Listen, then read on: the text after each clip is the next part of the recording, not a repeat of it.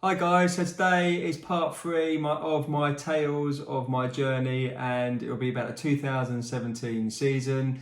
I'll tell you about things that I learned throughout the way, and I had a great World Championship race and had ups and downs.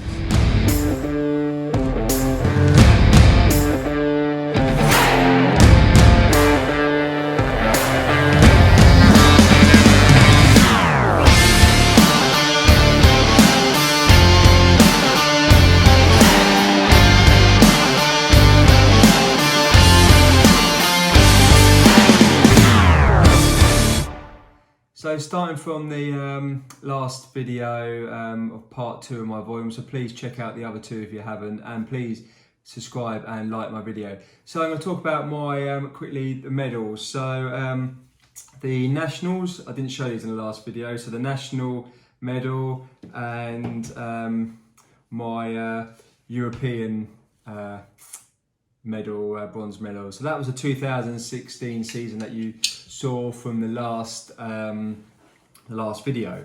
So moving on to the 2017 season, some big changes for me. So I decided I needed to get stronger. So I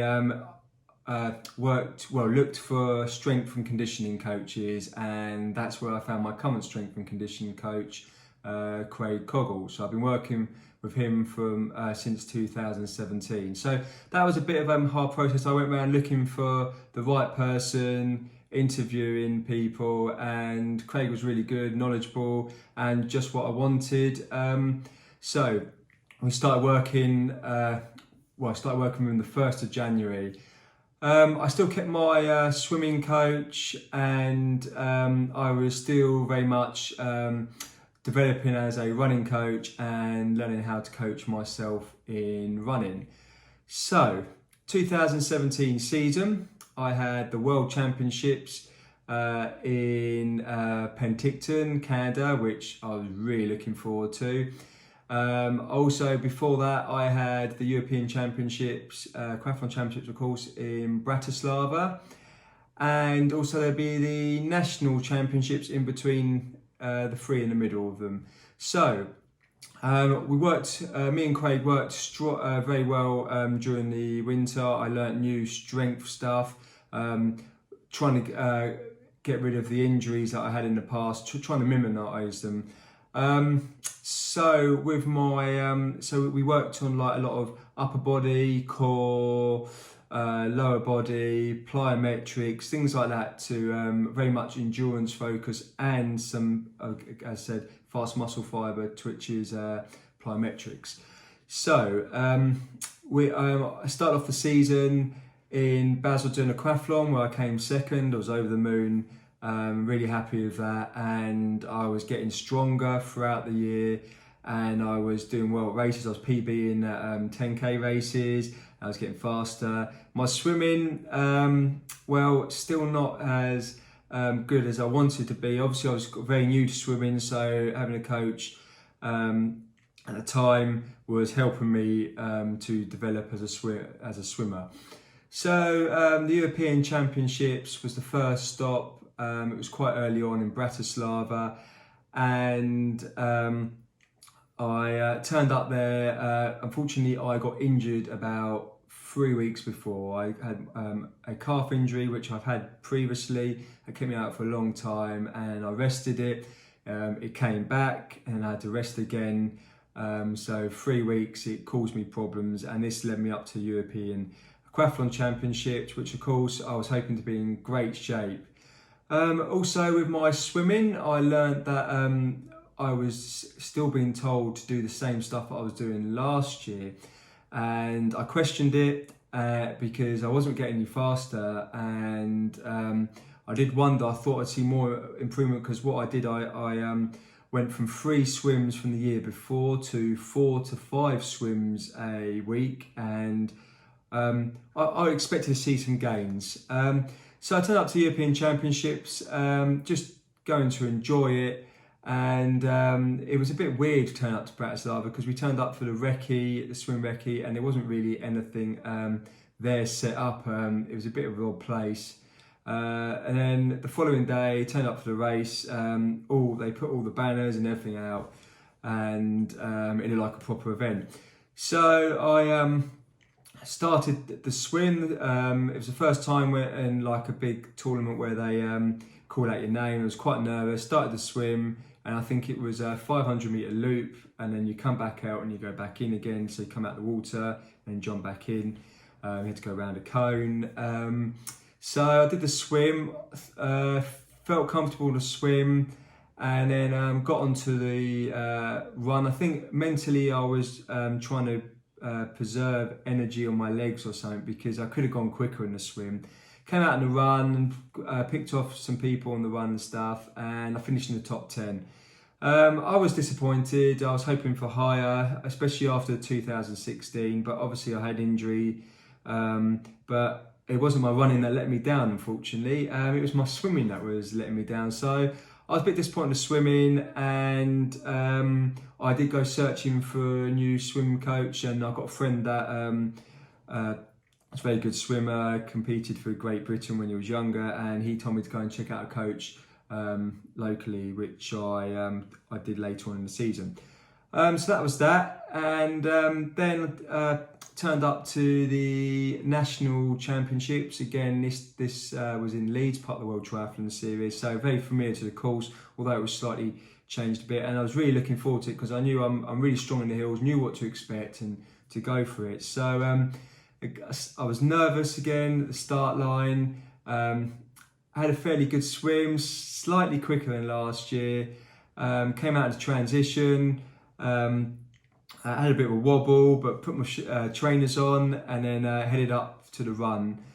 I kept pushing and pushing, and my run was quicker than the year before. I made sure that everyone near me, I overtook them and didn't leave them close by me, because obviously you need to hold that position. And I was over the moon because I came second. So in my age group, I was second with a silver medal, and I just was over the moon on the podium. Really enjoying it, and set up the rest of the season set up for the rest of the season. Anyway, so that was that, and then I'll firstly show you. So that was my national silver medal. So I've gone from bronze to silver. So I was over the moon with this. And next up, I was training for the World Aquathlon Championships in Penticton, Canada, late August, and that would be my last race of the season. I was really looking forward to this, and like going to Canada. So a lot of things that I learned from the year before, my training wise. Obviously you can't peak all year round, so I obviously was trying to peak for the European Aquathlon Championships, but I couldn't. Because I got injured, so this was really my main peak and where I wanted to give it my all in the race. Swimming wise, I wasn't happy with how my swim went and my current coach, so I did think about it a lot over the season, and we parted at the end of July, which left me about 4 weeks to train myself for swimming. A big move. I changed a few things, and I had a new coach ready for next season, John Wood, coming in. So I trained myself at swimming for 3 weeks, most of August, and I was a bit nervous, but obviously I could control what I can control, and everything outside my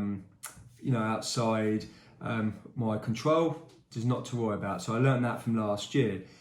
So I had a few good races, podium, I was getting quicker, I won the local race, so I was really happy, full of confidence. So I headed off to Canada, and it was a privilege, I was very privileged to be selected as the team captain for the World Aquathlon team.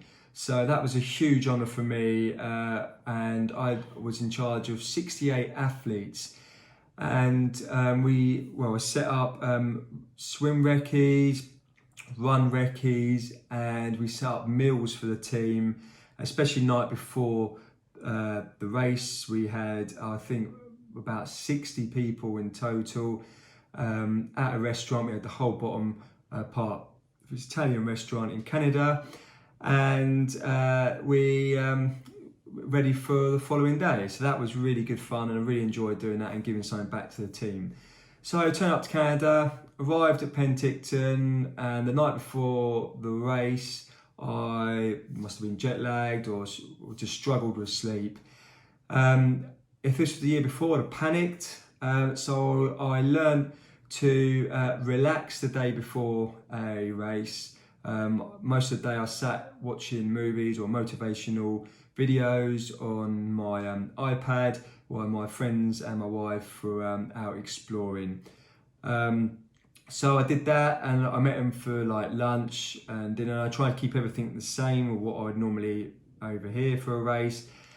So again, as I said, like, control what you can control. Anything that you can't control is out of your hands. So I was really struggling, really tired, shattered of course, and yeah, so that helped me a lot. So the following day we had to get up early, so I think it was about 5 a.m. start. So got up early, ready for the race, and what I developed as well to block people out on the race day as well. So we got to the start line. I went to transition. I had music. I had my headphones in, music, a cap. I just like to keep myself a bit secluded from everyone, and just to be in the zone. So prepare myself for the race.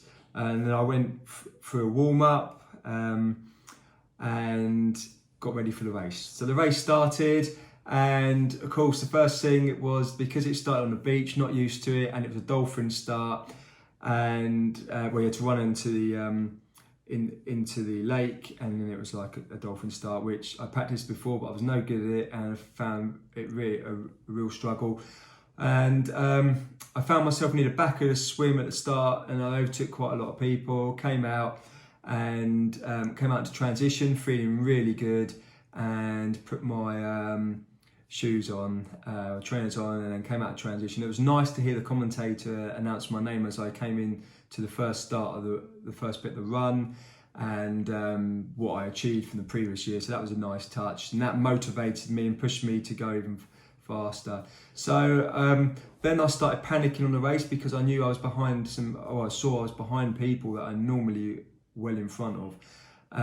So I was a bit worried about that. So I had to keep positive mind, keep going, keep pushing. Obviously, a lot of negative thoughts go into your head.